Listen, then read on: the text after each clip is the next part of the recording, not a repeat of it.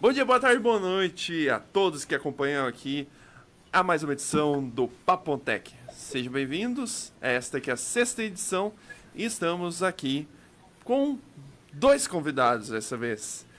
A Regina Cutu, a Cutu, né? Cuto. A Cutu, e o Alexandre Munhoz. Tudo bom? Tudo bem. Tudo jóia, Polis? Maior prazer Beleza. estar aqui no seu programa. Valeu pelo Oi? convite. Falhou a ligação? Falhou um Valeu pouquinho. pelo convite. Obrigada aí pelo convite para participação no seu programa. E a gente espera que possa ser muito produtiva. Vamos lá. Beleza, então. Antes de começar a conversa, tem que avisá-los, né, que estamos ao vivo no Facebook, no YouTube e na Twitch. Vamos lá. Vamos ver. Facebook, no YouTube. Eita lá. É só trocar. Isso, YouTube, que é o papo.programatech.com/YouTube, para quem tá só escutando. Daí depois também tá na Twitch, né, que é o papo.programatech.com/Twitch. A gente vai publicar os cortes no YouTube, no canal de cortes, né, que vai aparecer ali, que é o papo.programatech.com/cortes, né, no Instagram, que é o @papo.tech_, ok? E também no Facebook, ok?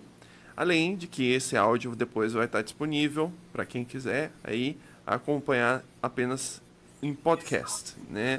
No Spotify, no Anchor, Deezer, Google Podcasts, além de outras plataformas.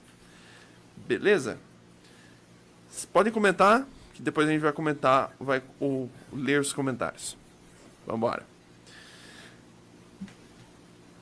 Vamos por ordem alfabética. Eu tenho um porém. Eu tenho que me acostumar com o ponto. Porque eu tô com um ponto aqui, daí eu me escuto. Daí... tipo, vocês só estão me escutando. Mas eu tô me escutando com um pouquinho de delay, daí já viu. Mas vamos lá. Alexandre e Regina, se apresentem, por favor. Eu sou Alexandre Munhoz.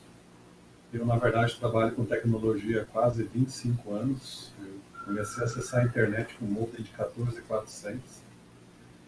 E já acessava alguns sites hacker na época, vários assim. Programação também eu comecei nessa época. E nesse meio tempo eu me formei em administração, fiz mestrado na área, aprendi sobre design, sobre experiência de usuário, e fui complementando aí minha formação em 3 pilares, né? Negócios, tecnologia e design. E aí deu um fruto interessante que foi a Verifact também. Bom, eu sou a Regina, sou CEO da Verifact, estou como CEO agora, também co-founder. Eu tenho experiência com banco, trabalhei com agências bancárias, né, durante 10 anos na parte de licitação, obra. Depois eu abri a empresa junto com o Munhoz, a gente foi sócio, trabalhou atendendo muitos clientes Sebrae, e a gente entendeu muito de gente, né? O que é importante pensar em relação ao posicionamento de mercado, a público-alvo. Já dei aula também para graduação, para pós-graduação. Até o ano passado, né? Ano passado foi a primeira experiência online, assim. E vou te falar, viu, Polis? Dar aula com a câmera fechada durante 4 horas ali não é minha praia. Então, além disso, eu estou fazendo mestrado ainda na área de inovação e tecnologia pela UEM, Universidade Estadual de Maringá, e estou à frente ali dos canais da Verifact. Então, hoje, todos os contatos relacionados a parcerias, prospecção de clientes, estratégia, é a minha principal atuação. E também, né, sou membro do Grupo Maringui, que acho que vale a pena falar, né, porque foi assim que a gente se conheceu. Exatamente, pela Maringeek. Bom, uma coisa importante, que é interessante, né? Vocês têm a startup e a Verifact. Eu acho que antes de a gente falar necessariamente de provas digitais, acho que é interessante chegar no assunto de como vocês tiveram a ideia, né, de fazer essa startup, né, de tipo, de qual foi o estalo assim que tipo assim, olha, precisamos fazer registro de provas digitais, não tem uma ferramenta boa no mercado e como que foi esse momento? Olha, há algum tempo atrás, eu acho que algumas pessoas podem se identificar, eu recebi um e-mail que era muito sério, muito importante para um caso, assim, sabe? Sabe aquela coisa, assim, quando acende uma luz amarela na cabeça falando, nossa, eu acho que eu tenho que guardar esse conteúdo aqui porque ele pode ser importante para algum processo no futuro, mas que esse e-mail, essa mensagem aqui é muito séria. E aí eu não sabia como fazer para registrar esse conteúdo, para usar como prova no processo. Eu simplesmente peguei, imprimi o conteúdo do e-mail e deixei guardado na minha gaveta ali. Assim. E como lá na época, né, isso lá era, sei lá, 2001, Caraca, esse material faz tempo. faz um tempinho já, né? Então, assim, você lembra que os computadores não tinham muita memória, então você não tinha como ficar guardando aquele monte de arquivo e a cada pouco você tinha que apagar o e-mail. Aí o que aconteceu? A gente formatou o computador, perdeu o e-mail porque ele não estava na nuvem, né? Precisava liberar espaço na nuvem também. E aí, depois de um tempo, fui perguntar para um advogado: olha, eu estou com esse arquivo aqui, né? Eu imprimi, será que dá para usar esse material como prova? Aí ele falou: ó, não recomendo, né? Você tinha que ter feito outro procedimento porque da forma como você fez, qualquer pessoa entra no Word, faz um conteúdo igualzinho, imprime, não dá para saber qual que é o verdadeiro ou não, ou se existe verdadeiro, né? Aí, legal, anos depois, bom, nesse caso não precisou entrar no processo, né? Foi resolvido de forma amigável.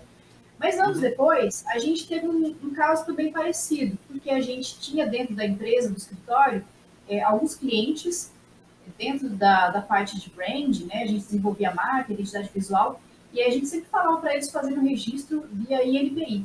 Então, quem não sim, registra a marca, o logotipo, a gente fez isso, né? Passou por esse processo aí no Maringeek de registrar a marca, sim. tem que registrar, porque senão você não é dono daquele segmento. A gente sempre falava para os clientes e uma parte deles não registrava. E aí o que acontecia? Anos depois, 2, 3, 5 anos depois, alguns deles começaram a ter problemas, exatamente porque tinha gente usando o mesmo conteúdo, o mesmo nome, e aí estava criando confusão. Um deles, inclusive, copiou igualzinho a marca que a gente tinha desenvolvido e estava usando, né? Estava causando muito transtorno. E aí, para a gente, era um trabalho muito grande, porque a gente tinha que ajudar a reunir provas que a gente tinha desenvolvido esse material lá atrás, há muito tempo.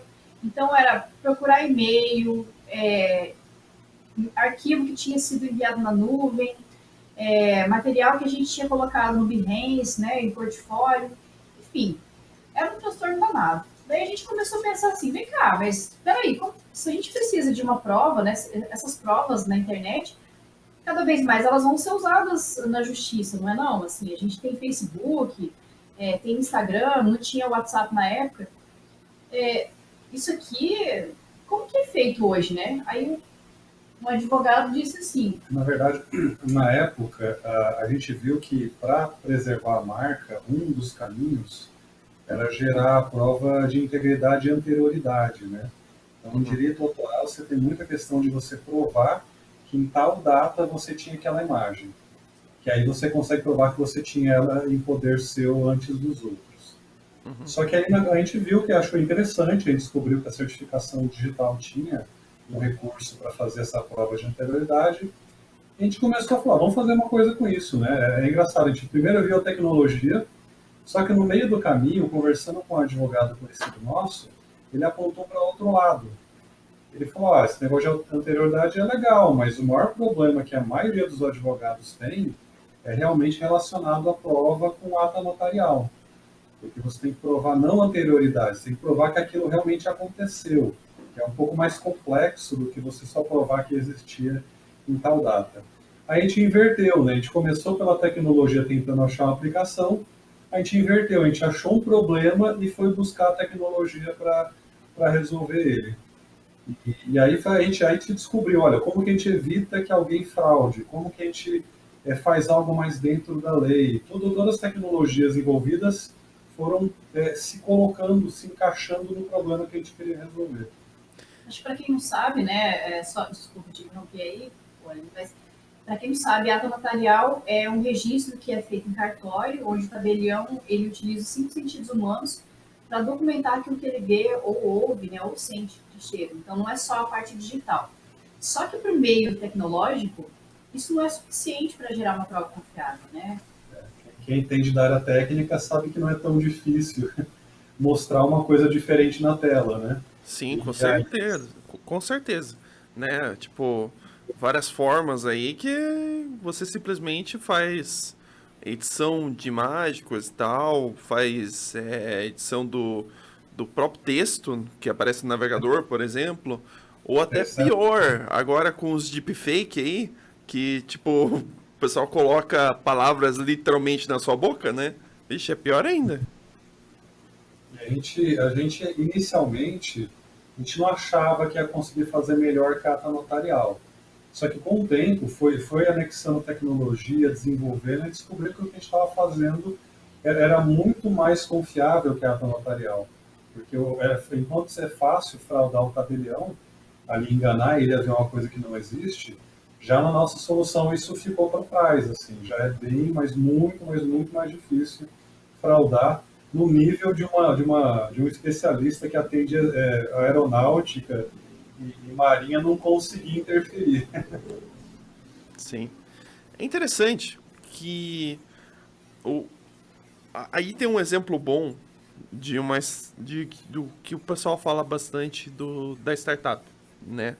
Por causa que vocês não iniciaram pensando assim, eu quero fazer provas digitais para poder usar em processo, assim, como uma forma, vamos dizer assim, de prova de crime, coisa e tal. Vocês estavam querendo só, vamos dizer assim, se protegerem, né, para poder utilizar, provar sobre a questão das marcas que vocês desenvolviam, Foi o né? primeiro E pensamento. Aí mudou bem rápido, mas foi o primeiro pensamento. exatamente, isso que é coisa interessante. E como que essa questão da como como você poder explicar melhor nesse caso? É, sabe aqueles momentos que dá um branco nas perguntas, né? Acontece, né? Acontece esse tipo de situação, coisa e tal, né? É, mas hoje, quantos clientes vocês já atenderam, atendem? Ó, a gente está com mais ou menos uns 3.300 clientes, né, na base. Só que assim, o que a gente viu que era importante. Como você falou uma coisa muito legal. Quando a gente começou, a gente queria resolver um problema, que era nosso. Assim, olha, eu não quero ter esse trabalho de ficar procurando esse material um tempão, que coisa, né? 1, 2, 3, 5, 10. Não tem um jeito mais fácil de fazer? A gente sempre pensa nisso, né? Como é que eu vou fazer mais rápido, mais fácil? E será que, além de mim, será que tem outras pessoas que têm esse mesmo problema? E aí a gente começou a investigar no mercado. A gente começou a entrar em contato com outras agências e perguntar também assim, olha, você tem esse problema? Tem. Mas de 0 a 10, qual que é o grau da dor? 3, 4.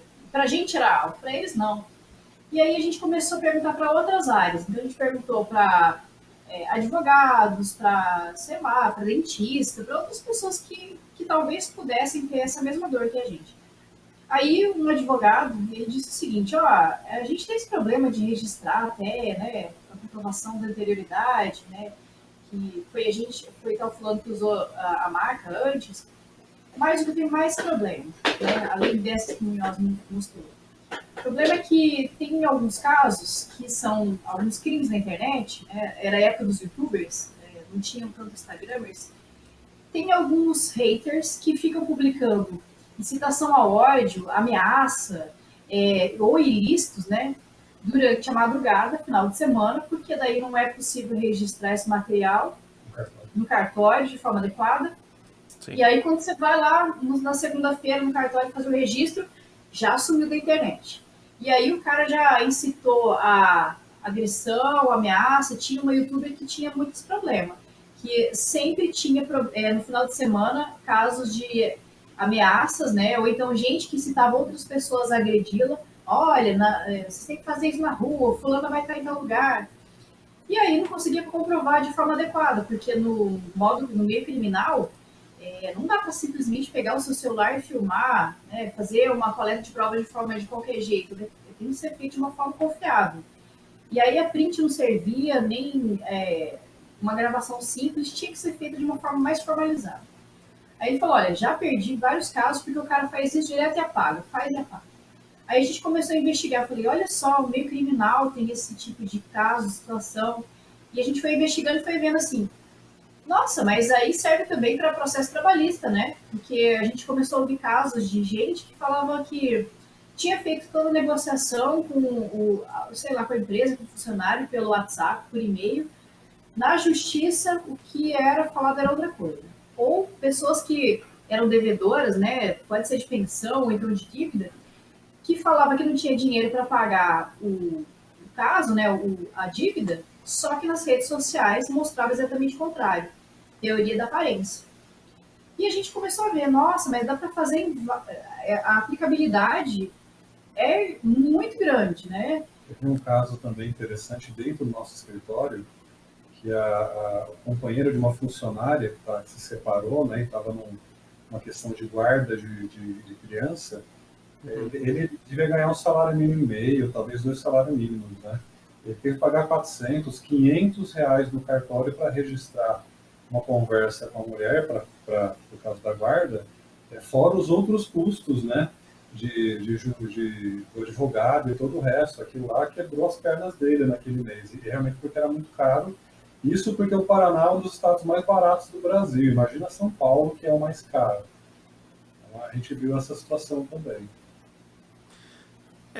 É uma questão bem complicada disso daí, né? Por causa que a ata notarial, na verdade, não a ata notarial, qualquer serviço cartorário é caro, né? Qualquer coisa, você vai lá registrar, só reconhecer tua assinatura lá, eu peço desculpas a todos os cartorários, né? Por causa, só que, tipo assim, é um custo consideravelmente alto, né? Então, tipo assim, se fosse um serviço até mais barato, talvez assim dependendo da situação, eu reconhecia qualquer assinatura, não só os contratos que precisam mesmo de reconhecimento de assinatura. Mas essa questão agora, agora vamos falando mais um pouco sobre essa questão de provas digitais. O pessoal acha que você ficar na internet, você pode falar qualquer coisa, né? Você é impunível, você é anônimo, você não pode ser encontrado. Como que, tipo, como vamos poder explicar da melhor forma esse questionamento, assim, que... Vamos adiantar um pouquinho. Tem dois desafios grandes na internet com relação a essas pessoas que cometem crimes, né? A gente tem o primeiro desafio que a gente ajuda a resolver, que é provar que aconteceu. Né? Sim. E o segundo desafio é identificar quem foi que fez. Então, esse segundo, às vezes, é um pouco mais complicado. Sim, sim. De fato, por causa que você conseguir localizar a pessoa né, que fez. Às vezes a pessoa tipo, utilizou Redditor lá para poder fazer toda essa questão de mascarar o seu IP. Se ela sabe o que está fazendo, pode ser um pouquinho mais difícil. Mas olha só que interessante, eu acabei descobrindo isso recentemente. O Facebook, em todas as plataformas dele, seja acho que até no WhatsApp Web, no Instagram, no Facebook, eles estão bloqueando esses proxies, né? Eles estão bloqueando o Redditor, bloqueando o proxy, estão bloqueando até acesso a partir do servidor da Amazon. Então é um negócio positivo, interessante, que aí você impede a pessoa de tentar mascarar a identidade dela, quando você bloqueia o acesso a partir desses tipos de servidores. Se a pessoa sabe o que está fazendo, usa realmente um servidor fora do Brasil para proxiar tudo, né? ele consegue ficar um pouquinho mais distante da identificação. Mas é raro, viu? Não é todo mundo que tem esse conhecimento, não. Né? E sobre a questão de provas digitais mesmo, assim, bom, a gente tem o ato notarial, né, que é o que o cartorário identifica, basicamente, né? Mas o que precisa ter, por exemplo, numa prova digital para que ela seja, por exemplo, difícil dizer o 100% confiável, né? Mas pelo menos o máximo confiável possível. Bom, todo mundo na área de segurança sabe que não existe 100% para nada, né? Uhum, de fato. Existe um esforço tremendo para não deixar acontecer nada. Agora, Uhum. 100% não existe. Mas se a gente for olhar bem, bem global, assim, no final das contas, a prova tem que ter a capacidade de convencer o juiz. Uhum. Esse é o ponto. Né? E aí, como que ela convence o juiz? A gente pode dizer assim, quanto mais fácil for de fabricar e falsificar, mais o juiz vai ficar com uma pulga na orelha de que aquilo pode não ser verdadeiro.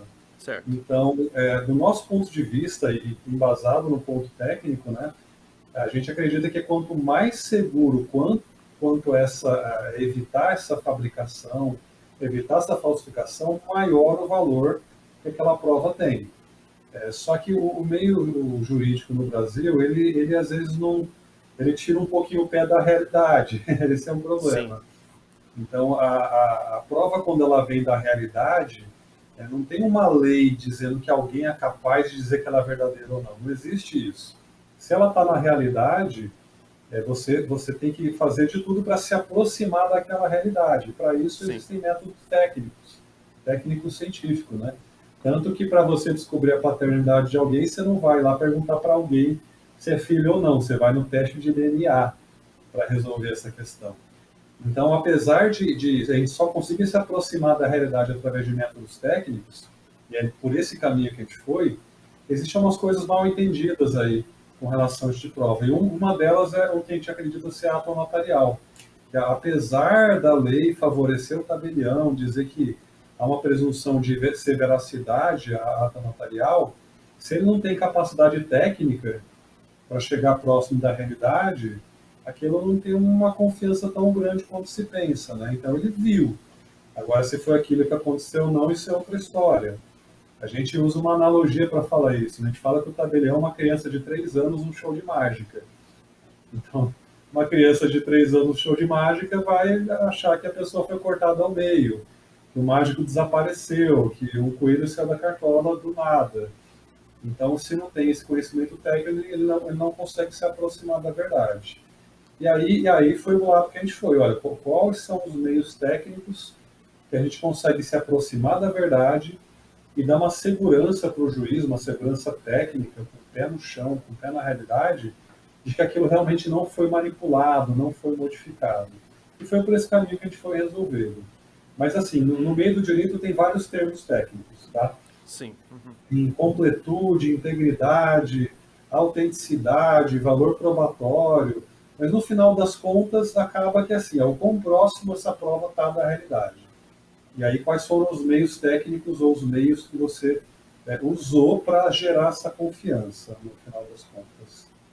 Você, Regina, quer complementar? Acho que também tem que ser lícito, né? Então, a lei, o que a gente pensa logo de cara? Vou pegar o seu celular, João, usar o conteúdo do seu WhatsApp como prova, porque eu vi que você escreveu um negócio lá. Pela lei, não é possível você acessar um conteúdo que é privado. Então, tem a lei Carolina Dickmann, né? É por conta da atriz que teve o celular invadido por conta ela foi consertar o celular dela e aí a pessoa acessou todo o conteúdo. Então, não é possível necessariamente fazer esse tipo de coisa, de pegar o conteúdo de outra pessoa.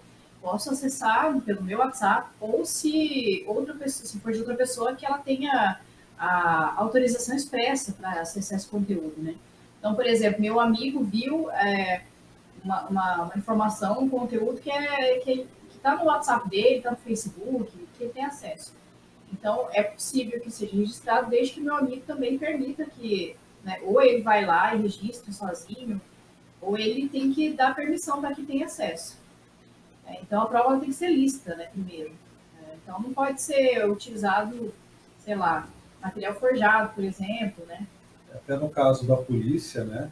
Os casos em que a polícia pegou o WhatsApp da pessoa e retirou a informação sem autorização judicial, Uhum. estão sendo todas realmente descartadas. Então, existe essa preocupação com o lado da lei, que tem que ser lícito, moralmente aceitável, né? E, de outro lado, ela tem que ter valor de prova, ela tem que corresponder à realidade. Então, atendendo esses dois requisitos, a gente tem uma prova realmente válida e forte ali para ser usada no processo judicial. Acho que outro aspecto relevante também, né? Desculpa te interromper. Uhum. Esse de lei a gente nunca sabe. Que tem que ter uma completude da prova, ou seja, precisa necessariamente, não é só pegar o fato em si e falar, olha, tá aqui. Se eu não tenho a origem, né? Ou seja, não indiquei quem foi que mandou a mensagem, quem recebeu a mensagem, que contexto foi esse? Eu não posso fazer só aquele recorte com aquele xingamento ali, né? Você tem que provar para o juiz que Sim. você só não mostrou o pedacinho que te interessa. Tem que Aham. mostrar tudo que está em Mostrar a volta. conversa inteira, coisa e tal, né? E sem contar, por exemplo, voltando um pouquinho na questão do ato notarial, o ato notarial ele é um texto, é um documento que agora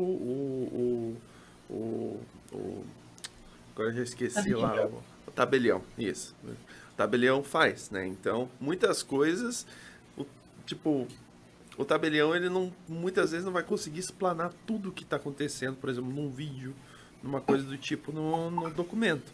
E isso que é interessante da prova digital, né? Você tem que ter uma coisa. Às vezes, tipo, você consegue mostrar o vídeo com uma prova, né? Isso é uma coisa bem bacana, né? Inclusive da plataforma de vocês. Porque, tipo, vocês fazem. Como que funciona necessariamente? Eu sei que, tipo, tem uma questão. Vocês fazem vários tipos é, tem vários tipos de verificações, coisa e tal, e tanto que o conteúdo que é gravado, coisa e tal, não tá nem no computador da pessoa, né? Vai acessar, vocês têm uma máquina virtual, coisa e tal. Você pode falar um pouquinho mais sobre...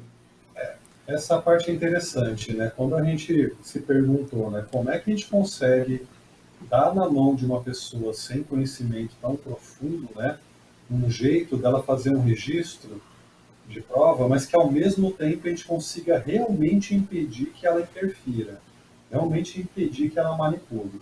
Quando a gente olhou para o mercado para outras soluções, a gente viu uma solução, por exemplo, que usava um plugin de browser para coletar a prova. A gente olhou e falou, mas espera aí, né? O plugin eu consigo abrir ele, né? Eu mudo o JavaScript lá dentro, Sim, eu consigo inspecionar elemento. Não, mas ele dava um reload na página para evitar o inspecionar. Tá. Mas não é tão difícil ir lá e abrir o plugin e trocar o JavaScript para retirar o reload. Sim. Aí eu falei, mas eu também consigo fazer um DNS Poison, né? Desse DNS Poison, eu direcionar aquele site para outro conteúdo. Aí eu direciono para um conteúdo meu que está manipulado. Ou Man in the Middle, eu consigo interceptar a conexão no meio e consigo trocar o conteúdo. Pô, mas isso não impede a fraude, né? Dá uma confiança assim, bem baixa. E a gente investigou, mas peraí, qual que é o melhor jeito então de fazer isso? O melhor jeito é não fazer nada no computador da pessoa, né? O pessoal da indústria de jogos sabe muito bem que tudo que roda no seu computador pode ser eventualmente craqueado. Exatamente. Então, aí até o pessoal está tentando, o Google, a Microsoft tentando fazer os jogos por streaming, né? Aí acabou o crack. Mas a lógica da Verifact foi parecida com essa lógica do streaming de jogos. Eu rodo todo o sistema, todo o ambiente para registro num servidor da Verifact, e você recebe ali um acesso remoto. Só que é um acesso remoto realmente bastante limitado. Você não consegue dar um dump de memória, você não consegue fazer um debug ali no sistema, você só consegue ali ver o que está acontecendo e mandar alguns comandos básicos no teclado e no mouse. Então é a tal da máquina virtual que está lá por trás rodando, e eu acesso remotamente para navegar e direcionar a prova. Mas por trás, ela está impedindo que qualquer fraude aconteça. Por trás, ela está pegando metadados técnicos, né, que são aquelas informações não aparentes, como o código-fonte da página, todos os recursos acessados pelo browser, endereço IP de todo mundo, vai coletando automaticamente por trás ali. E assim, a dificuldade de interferir, imagina você estando num teatro, né? Você não deveria, mas você pode subir no palco. Isso é o que acontece quando roda no seu computador. Quando roda no computador lá da Verifact, é o equivalente a você assistir no Faustão da sua casa, e Faustão lá no Rio de Janeiro, né? Atrás de várias camadas de segurança até chegar nele. Então, assim, é uma impossibilidade tremenda, né? Você conseguir ir lá e apertar a mão do Faustão. Mais ou menos por aí que a gente resolveu essa questão. Eu acho que também vale a pena complementar que você falou uma coisa bem interessante. Se a pessoa escreve uma coisa que foi dita, é um contexto, certo? Principalmente no Brasil, que a gente tem aquela questão da entonação. A mesma voz, com entonações diferentes, conotam objetivos e comunicações completamente diferentes. E aí teve um caso, um processo na justiça, onde um áudio de WhatsApp foi usado como prova, e aí o documento que o juiz emitiu ao final, né, com o resultado do julgamento, dizia assim que a entonação da voz deixava clara a intenção do réu, que se fosse só lida escrita, talvez não tivesse esse mesmo resultado. Então é interessante utilizar materiais digitais, como áudios, vídeos, porque eles têm a completude da prova, inclusive com entonações de voz, né? Então a gente resolveu coletar, a Verifact é possível coletar os áudios originais, os vídeos, né? O contexto da navegação, então toda a navegação que você faz pelo navegador, pelo browser, é registrado também. E aí você tem essa completude da prova. Interessante esse comentário da Regina, eu vou até complementar. Por que era importante? Porque o meio jurídico está muito acostumado com tela parada e transcrição de gravação. Sim. Muito acostumado. Então, a tela tem que estar parada e tem que reescrever o que a pessoa falou. A gente deu um passo à frente. A gente não conseguiu fazer a transcrição, porque não tinha tecnologia automática boa o suficiente. Até hoje não tem direito. Até hoje não tem direito. Mas a gente deu um pulo para frente e parece que o pessoal está aceitando bem. A ideia de você avaliar um áudio pelo áudio, não pela transcrição dele. E a ideia de você ver realmente com o vídeo o que está acontecendo. E você consegue ter muito mais informação do que a tela parada e a transcrição para tomar uma decisão. E aí tem vários juízes que já estão nesse caminho, mas acho que precisa mais ainda eles se atualizarem nesse sentido. Por isso mesmo que é interessante o pessoal saber cada vez mais como faz para poder fazer registros de provas digitais, né? Porque um print, eu até estava lendo eu tinha lido uma notícia que eu passei para a Regina um dia, de um entendimento eu não me lembro de qual tribunal, que estava dizendo que, tipo assim, print unilateral não pode ser utilizado como prova. Ou seja, não pode ter um print só do teu lado, teria que ter print dos dois lados, né, da conversa. Tem uma confusão grande nesse termo de unilateral, tá? Na verdade, às vezes o que eles querem dizer é que se você mesmo produziu a prova, você não é uma pessoa imparcial, você pode ter manipulado. Sim, uma conversa de WhatsApp, por exemplo. Tudo cai naquela história do quão próximo da realidade está ou não. Então, se fui eu mesmo que produzi, a pessoa falou, mas você manipulou isso aí. E o termo unilateral é um termo, às vezes, mal compreendido aí. Mas, no final das contas, é realmente a possibilidade da pessoa ter fraudado, que conta mais ali na hora de avaliar a prova ou não. Sim, que nesse caso aí, é por causa que um print por si só, sem toda essa validação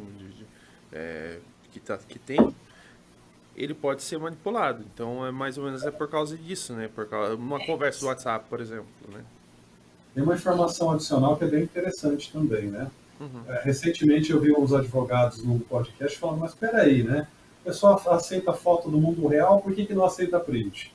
O que ele não sabia é que, assim, a print, além dela não ter essa forma de dizer que ela é verdadeira, ela chega ali daquele jeito e você não sabe de onde veio, ela também é muito difícil de periciar.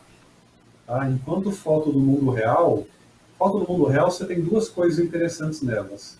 As câmeras tendem a anexar metadados dentro do arquivo JPG. Você tem, às vezes, localização de GPS, você tem um jeito que a câmera compacta o JPG, que você consegue identificar o modelo da câmera a partir da imagem. E aí também, em foto do mundo real, você tem todos esses degradês, né, essa variação de pixel tão grande, se a pessoa manipular um detalhezinho da foto do mundo real, existem técnicas que conseguem descobrir essa manipulação. Só que na print não. A print ela não carrega metadados nenhum, praticamente, e ela é muito simples no pixel. É tudo cor chapada, né? Então, se você alterar ali a informação da print, não tem essa variação dos pixels tão grande quanto a foto no mundo real. Aí as técnicas que você tem para analisar a foto no mundo real não servem para print. E aí, né? Como é que eu lido com uma prova que eu não sei de onde que veio, se foi fabricada ou não, e nem consigo verificar se foi fabricada? Aí fica difícil. Você deve ter visto já que o WhatsApp, se você digitar no Google ali, WhatsApp fake, Facebook fake, TikTok, qualquer coisa fake, tem lá 3 páginas no Google só de aplicativos e sites que fazem igualzinho a cara, né, do conteúdo que você quer. Então, Sim. se, sei lá, 5 anos atrás você precisava de alguma habilidade né, de entender de Photoshop para modificar um negócio, agora é muito fácil, não tem que ter habilidade nenhuma, é só digitar no Google. Então, como é que eu vou ter confiança só com print? Não dá, né? Sim, com certeza.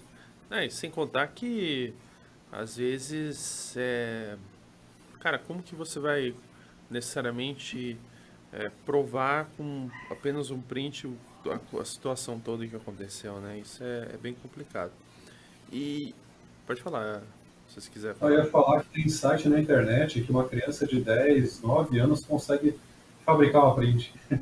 Sim, Se não tá tão é, fácil, assim, imagina.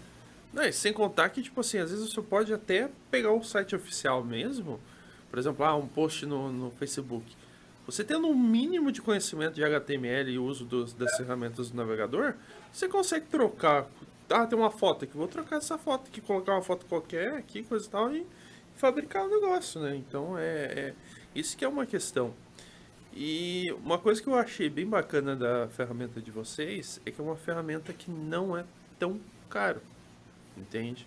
Né? Inclusive é uma das coisas que vocês bastante prezam nisso daí, né? Não é só a questão de tipo ter uma segurança maior, é a questão de que para fazer uma prova é muito mais barato para fazer, né? Mas tipo assim, como vamos supor, a gente tem uma prova que foi feita no sistema de vocês e vai ser utilizada num processo. Como que eles utilizam essa prova, por exemplo? Olha, o advogado que decide, né? Ele Uhum, que faz o registro, ele vai ter um resultado ali com imagens da tela, ele uhum, vai ter um resultado com vídeo de tudo que ele fez, o ponteiro do mouse, e vai ter downloads. E depois vai ter os metadados e o relatório. certo. Geralmente o pessoal acaba anexando o relatório com as imagens dentro dele e o vídeo. A gente fala, olha, só informa que existem os metadados, que se precisar de uma perícia, o juiz tem que saber que existe isso para poder ser analisado. Certo. Mas o advogado que geralmente decide a estratégia. O único comentário que a gente faz é que acaba que você tem que analisar a credibilidade da fonte da informação também. Então, uma vez eu conversei com um perito no LinkedIn, e Uhum, ele falou assim, não, mas não dá para considerar post do Facebook, porque alguém pode invadir o servidor do Facebook e trocar aquela mensagem. Eu falei, peraí, não. Quantas pessoas no planeta você conhece que conseguem fazer isso? Né? Não é qualquer pessoa que vai lá e hackeia o servidor do Facebook, entra lá e faz alguma coisa. Então, não dá para ir para esse relativismo extremo, tá? Tem realmente coisas na internet que você não consegue falsificar, não dá. Então, se eu peguei o post de outra pessoa na Verifact, você prova que ela realmente falou aquilo, porque o servidor do Facebook é uma fonte confiável. Por outro lado, se eu for registrar na Verifact um comentário meu no Facebook, eu consigo a qualquer hora editar aquele comentário. Então, como eu consigo editar a qualquer hora, a fonte pode não ser tão confiável. Então, o que a Verifact dá é essa confiança de que aquilo estava naquele site, naquela Naquele hora, momento. naquele momento, e que não foi manipulado ou fabricado de jeito nenhum aquilo. Agora a pessoa tem que avaliar se a fonte da informação também é confiável, né? Aí cabe ao advogado do outro lado também ser um pouco esperto para olhar isso aí. É uma questão que, na verdade, o pessoal. Eu não sei hoje como é que tá essa questão jurídica, coisa e tal, né, do pessoal, mas estava bem demorado nessa questão da digitalização, digamos, de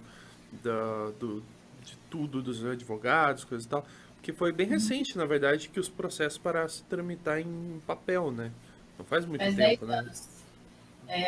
Se não me engano, foi em 2020, ano passado, que se comemorou 10 anos do início do processo de digitalização. Do início. Do início. Do início. E aí, isso é relativamente novo, porque o Brasil é o país que tem mais processos ativos no mundo. E o maior número de advogados por habitante, né? A gente está com 1.200.000 advogados e crescendo.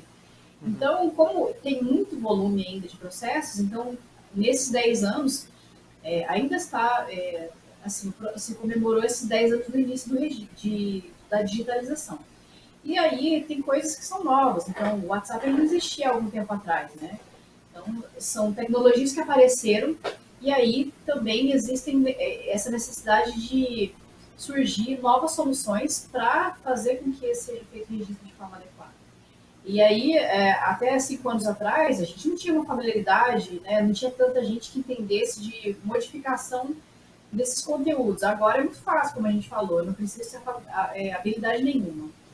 E a gente vê que tem ainda a necessidade de celeridade na coleta desses materiais, ou seja, não dá para esperar, às vezes, 2, 3, 5 dias para fazer o registro desse material. Aconteceu agora, sei lá, né, teve uma briga, uma discussão, alguém mandou uma mensagem ali, assim que ela descobrir que você está indo atrás da justiça, ou que aquele comentário, ou principalmente aquele story que desaparece em 24 horas, né? Não Sim. precisa nem fazer nada. Ele tem que ser registrado antes que desapareça. Então, tem que ser rápido. E essa velocidade, né, no registro, ela precisa coletar o máximo de informações para que esse material não se perca depois. Não se perder, eu digo no processo, não seja desconsiderado, que não seja impugnado, porque não tem informações suficientes, né? Então, precisa coletar essa prova da forma mais completa possível e bem rápido. Isso é um exemplo próprio do WhatsApp, né? Porque faz uns 2, 3 anos que eles começaram a situação das mensagens poderem ser excluídas, né? Apesar das mensagens elas serem elas terem um tempo para você ir lá excluir, cara, a pessoa que está querendo denegrir a outra, ela não vai deixar a mensagem por lá por muito tempo, né? E isso é uma questão muito importante, né, sobre isso daí, que é o quanto. Teve um caso de uma discussão entre duas advogadas, e uma do lado espertona mandava áudio e assim que a outra ouvia, ela apagava. Ela consegue registrar com a Verifact desse jeito, entendeu? Mas ela é espertona, porque ela sabia que cartório não ia pegar. É verdade, né? A questão é só que você tem que escutar o áudio na Verifact. Porque senão não tem como. E principalmente agora, eu tava verificando um grupo que eu tava, parece que tem uma. Eu tô bem desatualizado sobre essa questão, mas parece que tem uma opção dentro dos grupos que agora você pode colocar tempo de duração das mensagens, Pode. né, do WhatsApp. Possibilidade que surgiu há um mês atrás, mais ou menos. E aí você coloca lá que tal conversa, tudo que você escrever ali no período, ele vai ser apagado depois de 7 dias. Então, ou seja, né, você já está preparado sabendo que vai ter gente aprontando aí. E assim, você sabe que às vezes as pessoas fazem as coisas de cabeça quente, principalmente na celebridade, a gente vê muito assim, olha, fulano fez tal coisa nos stories, você vai ver, realmente foi uma coisa séria, né? Mas ela não tá nem aí, porque depois de 24 horas vai ser apagado mesmo. Né? Daí o pessoal não se preocupa, né? Cara, é tão engraçado o pessoal que acha que a internet é uma terra sem lei, sabe? Por causa que, cara, você não pode achar que só porque você está em ambiente virtual, você não pode ser punido, né? É mais difícil de você ser punido? Um pouquinho, vamos dizer assim, né? Por causa da situação, principalmente das provas. Mas isso daí não quer dizer nada impossível. Mas o pessoal a gente conversou muito com o pessoal da PF, Polícia Civil, eles têm tido, nos últimos anos teve uma abertura maior do Facebook, inclusive, eles têm um acesso no Facebook de policial lá. Para cooperação, né? Eles conseguem ter acesso mais rápido à informação. Então o pessoal está se mexendo, entendeu? É fato que quando a pessoa sabe muito, muito o que ela está fazendo, ela pode dificultar. Mas o pessoal está se mexendo bastante aí para ajudar, para conseguir identificar essas pessoas. Então é bom que o pessoal não tenha essa ilusão aí de que pode falar besteira que está tudo certo, porque eles acabam sendo identificados, sim. Né? É uma coisa importante mesmo, por causa que se você não se... Você precisa saber que os seus atos podem ser puníveis em qualquer lugar, tanto no presencial quanto no virtual. E eu acho também que, assim, pô, se a pessoa tem necessidade de ficar destruindo os outros, ela tem que fazer um exame de consciência ali, né? Tipo, como assim, né? Por que você tem prazer em destruir as pessoas? Por que você tem prazer em ofender as pessoas, né? Isso não é normal. Isso não é uma pessoa civilizada, não é uma pessoa que consiga conviver com outras pessoas, né? Talvez você não seja feliz dessa maneira. Vamos mudar um pouquinho, né? Vamos fazer um exame de consciência aí. Uma coisa assim, você falou assim que não é tão fácil assim punir alguém, né? Mas a gente começou a ver os casos onde as pessoas foram, na justiça, elas foram punidas por aquilo que fizeram. Então a gente viu que não é tão difícil assim, porque teve um caso, por exemplo, de um torcedor que estava no grupo de WhatsApp, e aí, depois da eleição ali da diretoria, o candidato dele perdeu. E aí, nesse grupo, as pessoas começaram a fazer chacota e aí passaram dos limites ali na brincadeira, sabe? Sabe quando você passa? É até no limite entre a brincadeira e a ofensa. Sim. E aí, a pessoa se sentiu lesada, né, o torcedor, que estava fazendo parte do grupo de WhatsApp, e entrou com um processo na justiça contra uma pessoa específica que tinha passado desses limites ali. Então, foi feito um processo, e o registro daquele conteúdo de conversa do WhatsApp foi registrado, né, como prova, e o outro torcedor ele foi julgado e vai ter que pagar um valor relacionado a crimes contra a honra. Ele foi realmente ofendeu a outra pessoa. E teve um caso que foi muito importante, que saiu na semana passada, de um estudante universitário que fez um comentário super racista no grupo da sala.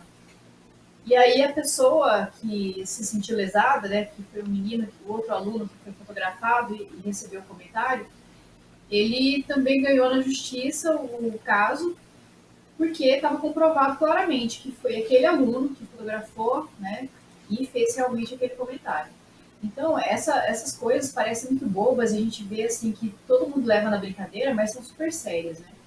E isso foi levado à justiça, principalmente para mostrar para as pessoas, olha, realmente você tem que ser responsável por aquilo que comenta, aquilo que você fala, né?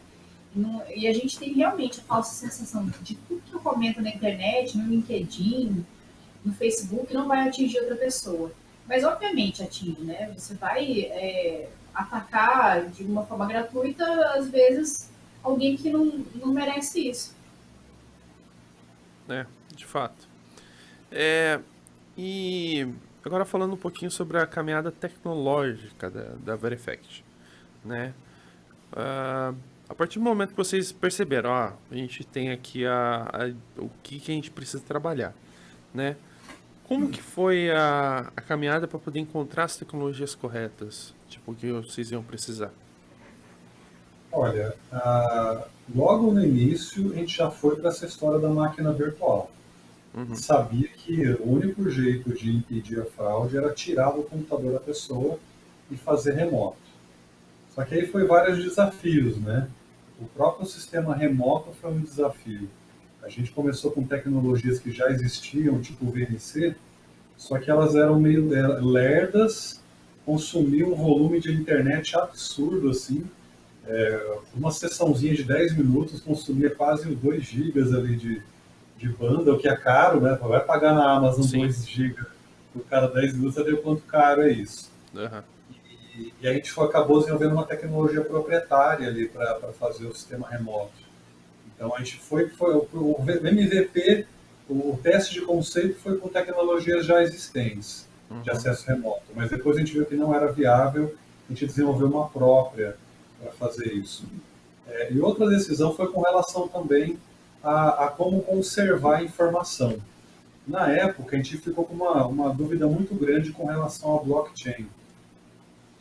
Só que é bom deixar claro também que conforme eu fui estudando o funcionamento interno da blockchain, né, o funcionamento dela, eu vi que o pessoal tendia a exagerar um pouquinho na capacidade da blockchain, né, falar demais de coisas que ela não exatamente fazia, né. Esses dias atrás eu estava num evento online de direito falando sobre blockchain e um dos palestrantes falou que até então as empresas não se comunicavam sem blockchain, né? As empresas não conseguiam se comunicar entre elas. Eu falei, oi? Tipo, API, né? Não existia API, não existia computador de um modo geral antes disso, né? Protocolo TCP/IP. Então o pessoal tende a falar um pouquinho de besteira quando fala de blockchain. E quando o pessoal fala de prova com relação ao blockchain, o pessoal confunde muito também. O pessoal acha que botou na blockchain e aquilo virou verdadeiro, né? Não é assim que funciona. Se a informação chega verdadeira à blockchain, ela continua verdadeira. Se ela chega falsa, ela continua falsa, né? A gente faz a analogia de a blockchain é igual um congelador, né? Igual um freezer. O que você botar dentro dela, ela congela. Pode ser um filé mignon congelado, pode ser um urubu morto. Ela não vai fazer distinção sobre o que está entrando nela. Então, aí só que ela tem utilidade para a prova? Tem. A gente fala que tem 3 passos vitais para a prova, né? Tem o isolamento, que a gente isolar de contaminação, manipulação. Tem o espelhamento, que a gente pegar o máximo de detalhes possível daquela realidade, replicar aquela realidade, e no final a gente congela tudo isso. Aí só que a confiança depende dos 3 juntos. Se você só faz o terceiro, só congelar, isso é só prova de anterioridade. Ok, isso foi congelado naquela data, só isso que você pode falar. Mas o pessoal confunde, eles acham que botar na blockchain, a prova virou verdadeira. De maneira nenhuma, não é assim que funciona. E na época a gente falou, ok, né, a gente tem que fazer esse terceiro passo de congelar a prova depois de fazer todo o resto. Vamos usar blockchain? Mas a gente olhou para a blockchain e falou, caramba, né? Quando a gente olha para a prova em processo criminal, a prova tem que sobreviver 5, 10, 15 anos. Ela tem que estar viva, ela tem que estar íntegra, tem que ter jeito de verificar ela. A gente olhou para as redes públicas atuais e falou, ok, essas redes são experimentos que estão acontecendo atualmente. E elas dependem muito da especulação financeira em cima do criptativo. Se surgir um outro investimento melhor daqui a 2 anos, o pessoal dá uma esvaziada daquela rede, vai saindo, tirando dinheiro, colocando em outra, até um ponto que você tem um ataque de maioria ali naquela rede, que pode derrubá-la de uma vez por todas, né? Então, aí não tem garantia de que ela vai existir daqui 2 anos, daqui 5 anos, daqui 10. Falou, não tem governança de longo prazo. Não dá para usar blockchain desse jeito. A gente olhou para acaba olhando para a certificação digital. Certificação digital, ela faz parte de um projeto de Estado, né? Ela faz parte do governo. E todo o ecossistema desse tipo de assinatura PKI, ele envolve a Europa, envolve Estados Unidos, você tem um monte de gente trabalhando em cima dele. E daqui a pouco, se surgir o computador quântico, você vai ter jeitos de atualizar isso e manter no longo prazo vivos os contratos assinados, as provas que foram assinadas. Olha, por que a gente vai entrar na moda sendo que tem uma solução que atende o interesse do judiciário melhor, né? E aí a gente sofreu por fazer essa escolha. Porque quando está na moda, o pessoal, opa, blockchain é maravilhoso, né? A gente falou, mas peraí, não, a blockchain ela atende determinados pontos, mas a gente consegue isso também com outras tecnologias, Só que a certificação digital ela tem mais governança de longo prazo. E para a gente atender o interesse do advogado no juiz judiciário, a certificação seria melhor. Ixi, o áudio Eu acho que sumiu pra gente. Seu áudio não está chegando para a gente. E agora? Agora vamos fazer um monólogo. O programa é nosso. Ah! Né? Tem um problema com luz aqui. Quando eu desligo. Eu olhei aqui, é por causa que acontece. Quando o ar liga ou desliga, a mesa de som cai. Então, tipo, Ih, sumiu de novo. Falhou de novo o áudio. Vamos ver agora. Desliga o ar-condicionado aí. Quem foi que ligou a cafeteira? Mas ó, teve um terceiro passo aí no desafio tecnológico, né? O primeiro foi... vocês estão me ouvindo? Agora, Beleza, vamos continuando. Pode falar. teve a máquina virtual, que foi uma solução bem arrojada. Teve a tecnologia proprietária para fazer o sistema remoto. Teve uma engenharia reversa no Firefox para desligar tudo que poderia dar a oportunidade da pessoa fazer alguma coisa estranha. Então Teve vocês utilizam o Firefox como base da parte Dentro web lá- do. Isso, isso dentro é lá é legal. o Firefox. Só que a gente fez uma engenharia reversa nele para desligar tudo que não importava. Desliga o upload, desliga Java, desliga Flash, desliga o inspecionar elemento, né? As ferramentas desenvolvedor, desligou tudo isso aí. E se a pessoa der um jeito de sair do Firefox, o sistema derruba na hora, né? Aí o último desafio foi tornar isso estável. Imagina, toda vez que iniciar um registro, criar uma máquina virtual nova. Aí vem o sistema remoto. Aí o sistema remoto está numa internet ruim, que a pessoa lá mora lá no Maranhão, no interior, e a internet é ruim. Como é que a gente resolve isso? E aí tem browser mais antigo. Nossa senhora, foi um trabalho imenso, assim, testar e deixar estável isso, né? Deixar isso funcionando de uma maneira que fosse confiável em 99,9% das vezes. Sem contar que tem muitas questões de fazer funcionar o acesso remoto no qualquer navegador, né? Isso é uma questão que vocês têm. Mas uma questão interessante que eu queria pontuar aqui é tipo assim, para registrar a prova com vocês não é nada complicado. É muito simples, né? E tipo, o custo também não é tão alto, é R$ 70 que tá agora, né? R$ 69, né? Então é bem bacana isso daí. E como que eu acho que eu me lembro da última vez que eu acho que era uma sessão de até 10 minutos, alguma coisa do tipo. Como é que é os limites O do que a gente registro? pensou? Qualquer pessoa pode acessar o conteúdo e registrar quando ela quiser. Então, só precisa criar um login e uma senha, como qualquer outro tipo de software, né? Não precisa instalar nada. E aí, você compra a sessão dentro da plataforma. A gente fez uma forma de que cada sessão, ou seja, esses R$ 69 que você falou, eles têm que contemplar o mínimo possível para que as pessoas possam coletar o máximo de informações, né, dentro do contexto. A gente deu uma exagerada ali. O que a gente fez? Deixou um período de meia hora até meia hora de navegação para a pessoa registrar conteúdos de sites diferentes, então dá para coletar conteúdo do WhatsApp, do Facebook, do e-mail, né, numa mesma sessão. E aí a gente colocou, por enquanto, são 50 capturas de tela dentro do mesmo relatório.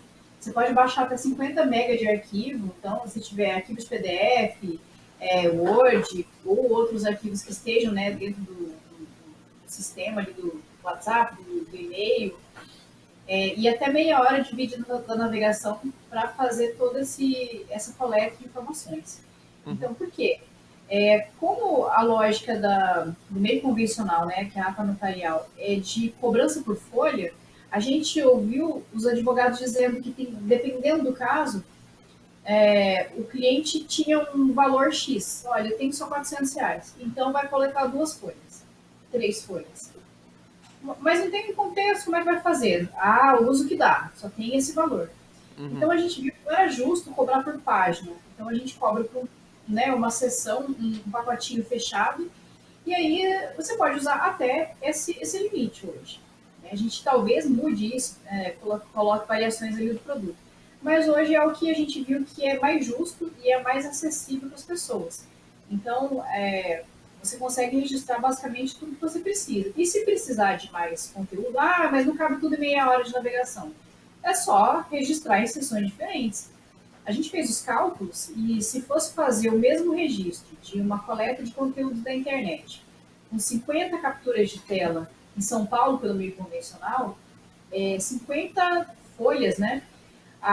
O registro ia custar mais de 12 mil reais. Como assim, né? Não tem como. E a gente colocou ali um valor bem acessível, ou seja, R$ 69 reais para coletar todo esse contexto. E vocês... Pode falar. Tem uma observação interessante também, que eu acabei não falando. Um outro desafio técnico foi a gente olhar para as técnicas periciais. Né?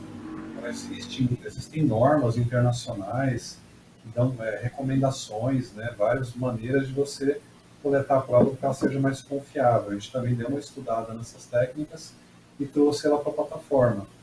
E a coisa ficou tão rigorosa tecnicamente que a gente tem até funcionário público, né, policial, promotor, usando a Verifact hoje. Então a gente tem um convênio com a Polícia Civil do Paraná, o Ministério Público da Bahia, e mesmo a gente tendo fé pública, né, o que a gente ouviu deles foi o seguinte: cara, se eu fosse fazer na mão isso aqui ia demorar 6 horas. E vocês fazem isso em questão de minutos, maravilhoso, né? Então até quem tem fé pública está usando, porque o rigor ali, né, a aderência às técnicas periciais foram muito grandes. Então a gente tem até realmente a área pública usando. Acho que vale a pena comentar uma questão. Então, o que o usuário precisa fazer? A gente falou, precisa indicar o autor do registro, acessar as fontes originais, né, a conversa original, o conteúdo original, e coletar o contexto. Então, quem fez, o que fez, por quê, como, quando, para quem. Então, faz a completude da coleta da prova. E, por trás desse registro todo, automaticamente, o que o nosso sistema faz é coletar os dados e metadados, ou seja, são as informações que não estão aparentes. Isso é feito de uma forma automatizada, essa coleta desse conteúdo pelo Verifact. Então, enquanto o seu papel como usuário é só navegar e fazer realmente a coleta de forma adequada, né? Então, precisa ser feita de forma completa.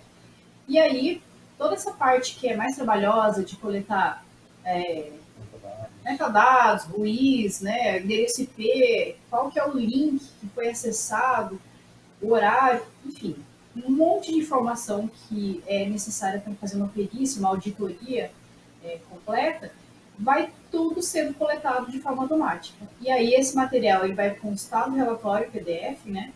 E também vai estar, a parte mais completa vai estar também nos arquivos baixados. Eu acho que você tem ali um monte de, né, assim, um conteúdo bem completo de coleta de materiais, de uma forma bem simples. Então, para a pessoa que não tem muita familiaridade, não é um perito, por exemplo, ela tem uma prova com altíssimo valor e qualidade, né, de conteúdo gerado. A gente coloca a capacidade de um perito na mão de uma pessoa que não tenha todo esse conhecimento, juntando com o fato de que a plataforma impede a manipulação também, para ela poder afirmar que ela não interferiu naquilo. Isso é coisa legal. Daí, junto com a orientação de um advogado, pronto. Já tem tudo que precisa para poder registrar uma boa prova nesse caso. Né? Isso é uma coisa legal. E, tipo assim, você falou sobre fé pública. Eu também sou servidor público, então, tipo assim, eu tenho fé pública também. E, tipo assim, dependendo dos processos, é bem complicadinho para você fazer a questão de fé pública ou coisa e tal. Eu me lembro algumas questões, por exemplo, solicitação de orçamento, né? Tem alguns casos, tipo assim, saindo um pouquinho do trajeto, só para comentar, só pela burocracia de uso da fé pública, de fato.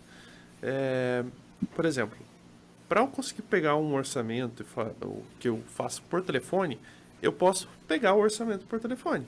Só que para eu fazer isso daí, eu preciso fazer uma declaração de fé pública que vai lá, eu, João Paulo, Polis, vai documento, vai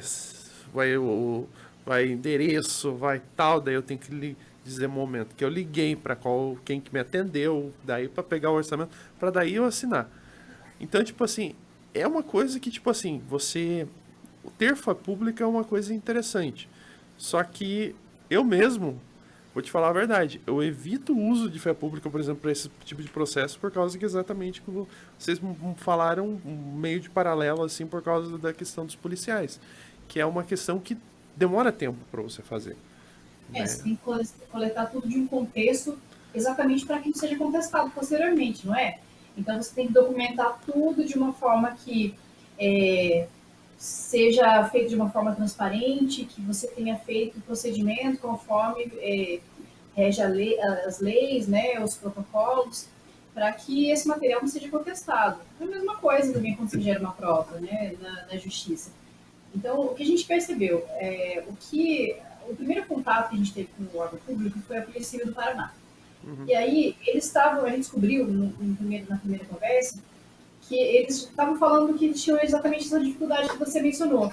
Por quê? Nem sempre o agente que é o perito, né, o agente que é o técnico responsável, que tem conhecimentos técnicos, estava disponível ali para fazer a coleta adequada do material. Então, por exemplo, no caso da Delegacia da Mulher, não era papel do agente fazer a coleta do conteúdo do WhatsApp da vítima, só que ele sabe que se ela sair de lá, possivelmente aquele celular vai ser tomado pelo agressor, o material vai ser apagado e aí não tem como comprovar mais nada. Então eles perceberam que quem tivesse no atendimento ele precisava registrar o material. E aí eles viram que, dependendo da forma como foi registrado ali, o advogado da parte contrária começava a contestar esse conteúdo. Então não foi feito, né? É o que você mencionou. Tem um procedimento de fazer a coleta, então você vai ter que fazer todo o protocolo ali para fazer com que esse conteúdo seja realmente confiável. E aí eles viram que algumas vezes as provas que foram geradas por eles foram contestadas pelos advogados da outra parte.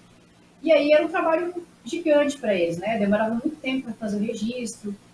E aí eles estavam tentando fazer meios para dar mais confiança e também para ter menos tempo de procedimento.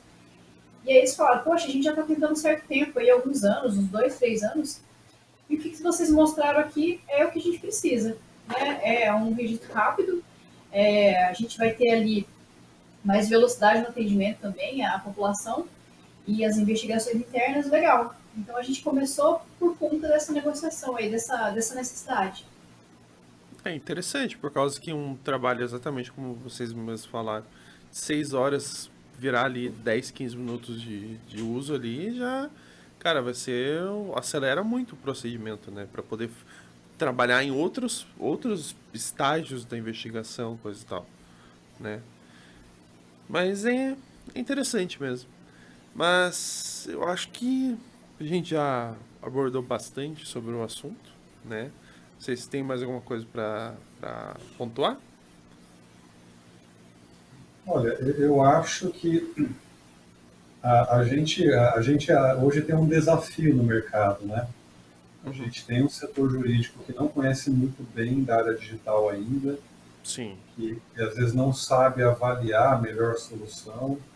A gente tem medo de ter avançado 5 anos à frente só nessa situação. Porque tem gente ainda falando de print, né? Não, a print vale mesmo. A gente fala, não, a print gera insegurança, ela gera risco. Se você perder o teu caso, o caso da print, você não tem como voltar depois, né? A situação pode ter sido apagada, sumido, né? Vai se arriscar só por isso? Mas até então... Isso é uma questão que, tipo assim, vai precisar ter uma força externa pro estalar de dedos da mudança. Um exemplo é a pandemia. Por causa que, tipo assim, se falava muito da educação à distância, mas o pessoal não ia atrás disso daí necessariamente. Ia a passos de formiga, assim, a evolução da educação à distância no Brasil e no mundo. Pelo menos no Brasil. No mundo eu não sei, mas no Brasil é bem complicado isso daí. E daí eles tiveram, por todo motivo, se adaptar por causa de uma força externa que era a pandemia, né? Então, provavelmente vai ser uma questão desse tipo também. Tipo, ou vai continuar a adaptação assim mais calma, ou uma força externa vai fazer, ó, o estalar de dedos acontecer. No Fantástico, falando de print falsificado, precisava... Na verdade, Boris, eu acho que essa transformação já está acontecendo, por quê? Como essas questões de gestão alta, principalmente assim, aconteceu agora, né, em casos muito polêmicos, de uso de redes sociais e conteúdos de WhatsApp para usar como prova. E aí, começou a se questionar esse ponto, assim, peraí, mas será que não é um risco muito grande a gente usar esse meio de coleta, né, assim, que não tem técnica forense nenhuma, não usa método científico? O que acontece é que até um certo tempo atrás, ninguém cancelava nem impugnava as provas porque não tinha conhecimento que podia fazer esse tipo de solicitação na justiça. E aí agora o que aconteceu é o cenário contrário. Como está discutindo bastante, muito mais advogados já estão com esse conhecimento, né, em mãos, de que é fácil impugnar a prova, não tem como a defesa da outra parte, não tem técnica forense, não está usando, não está cumprindo as etapas de cadeia de custódia em casos criminais, enfim.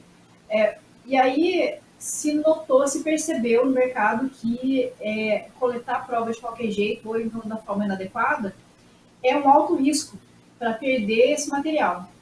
E aí a gente sabe que esse tipo de demanda também começou a aumentar, porque durante a pandemia, não sei se você sabe, mas houve um aumento de 87% pelo menos de número de denúncias de crimes na internet. Muita gente em casa, né? Tá todo mundo da pandemia em casa. O que Sim. aconteceu? O número de denúncias, de crimes, de processos dessa natureza cresceu absurdamente. E a tendência é continuar crescendo ainda mais. Então, o que tem de golpe, né, apareceu a Pix, o golpe no WhatsApp, assim, é lei, né? Então, esse tipo de coisa faz com que se acenda a luz. Opa, nossa, a gente tem um problema muito grande, que a gente estava coletando até agora, o mercado estava usando de uma forma inadequada, uma forma de coleta de prova. Então, peraí, vamos ver o que existe de fato que realmente é mais confiável, que é mais seguro. E aí é o que a gente viu agora pelos nossos dados, que o número de usuários começou a aumentar, principalmente aqueles usuários que são grandes conhecedores de tecnologia, então promotores, juízes, advogados, peritos, principalmente o pessoal que entende tecnologia, né, programadores, que entenderam essa necessidade. Eles falam, nossa, realmente faz sentido e é importante fazer esse tipo de coleta. Eu acho que o conhecimento de que existe essa necessidade, essa dor e que existe também soluções como a nossa, né? Eu acho que são a grande chave, a grande virada de chave. Beleza. Seria Bom, isso. fechou então. Se vocês quiserem. Bom, vamos então partir aqui para o encerramento, né, do podcast. Acho que tivemos bastante conhecimento passado aqui, coisa e tal. Então, considerações finais aí, divulga um pouquinho sobre a Verifact aí, coisa e tal. Já que a gente está falando bastante sobre a Verifact, eu acho que vou fazer minha propaganda aqui, né? O Jabá. O site da Verifact é www.verifact.com.br e é muito importante também que a gente tenha um volume grande de seguidores nas redes sociais, né? A gente precisa ter esse volume. Então, o Instagram da Verifact é Verifact Brasil, Facebook, LinkedIn, Twitter, é só você digitar ali, você vai achar facinho, né, todos esses canais. Então, se seguir, curtir, compartilhar qualquer conteúdo nosso é realmente importante para que mais gente possa descobrir, saber que a nossa solução existe e que, se precisar, que está disponível para utilizar a qualquer momento. E eu acho que esse é o ponto importante, né? A gente, em vários momentos, a gente pensa que a capacidade da pessoa provar dá mais poder para ela se defender das coisas. Sim. Então, o Brasil, na área civil, assim, principalmente, tem muita gente aí que abusa, né? Porque acha que vai ser difícil o outro processar, vai ser difícil o outro provar que aconteceu realmente. Então, tem uma série de pessoas que Opa. vão por esse lado, de deixar de lado o respeito e achar que o outro não vai conseguir provar que aconteceu, né? Então a gente viu em vários momentos que quando a gente aumenta a capacidade das pessoas de provarem que aquilo aconteceu, e quando a gente torna isso acessível, né, não é só quem tem muito dinheiro que consegue isso, a gente acaba criando uma sociedade mais justa também. Então a gente dá poder às pessoas delas se defenderem. Acho que a Verifact tem muito a ver com isso. A gente viu também que isso é importante. A gente está falando de processo na justiça, mas uma parte dos conteúdos que é registrado pela nossa solução, a gente sabe que os usuários usam para que não seja judicializado. Então, assim, olha, foi feita uma negociação, a gente, assim, como tudo é criptografado e é sigiloso, a gente não tem conhecimento de absolutamente nada do que é registrado pelo nosso sistema.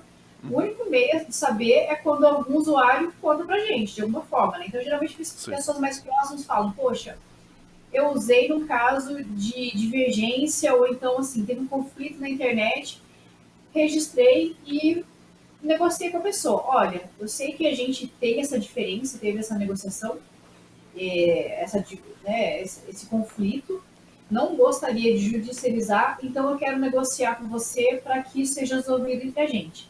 E isso geralmente tem efeito. Então, assim, pessoas que foram ofendidas e pediram para tirar conteúdo da internet, contratos, negociações que foram feitas, né, trabalhista, tudo isso foi feito através de mediação.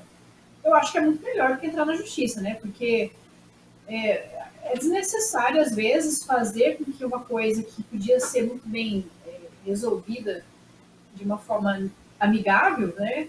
E a justiça que já está inchada de número de processos. E óbvio que o outro lado está mais disposto a negociar quando o outro tem uma prova robusta, né? Exatamente. Ah, sim, com certeza. Né? Só antes de tudo, teve um comentário aqui do Jefferson. Tá lá. Aí, ó. Oi, Polis. Boa noite. Convidados muito interessantes, todo o podcast. Conteúdo muito importante, diria eu, de utilidade pública. Olha só. É importante mesmo falar sobre como você pode registrar suas provas, né, digitais aí de coisas que você precise registrar, né? Ah, beleza. Muito obrigado pela presença hoje aqui, Regina e Alexandre, né? É importante a gente tratar sobre esse tipo de assunto. Beleza? Muito obrigado. Valeu. Obrigado a você. Até mais. Agora, só para lembrar, pessoal, que esse podcast vai estar em áudio nas plataformas de áudio, lá no Anchor, no Spotify, no Deezer, também no Google Podcasts, dentre outros. A live vai ficar gravada no Facebook e no YouTube e depois vai ser publicado os cortes no Facebook, no canal de cortes do YouTube e também no Instagram. Beleza, pessoal? Muito obrigado a todos que acompanharam a gravação ao vivo e que também estão acompanhando a live gravada ou o áudio nas plataformas de áudio. Beleza? Muito obrigado e até a próxima quinta-feira às 8h30 da noite com mais um Papo.tech. Até mais.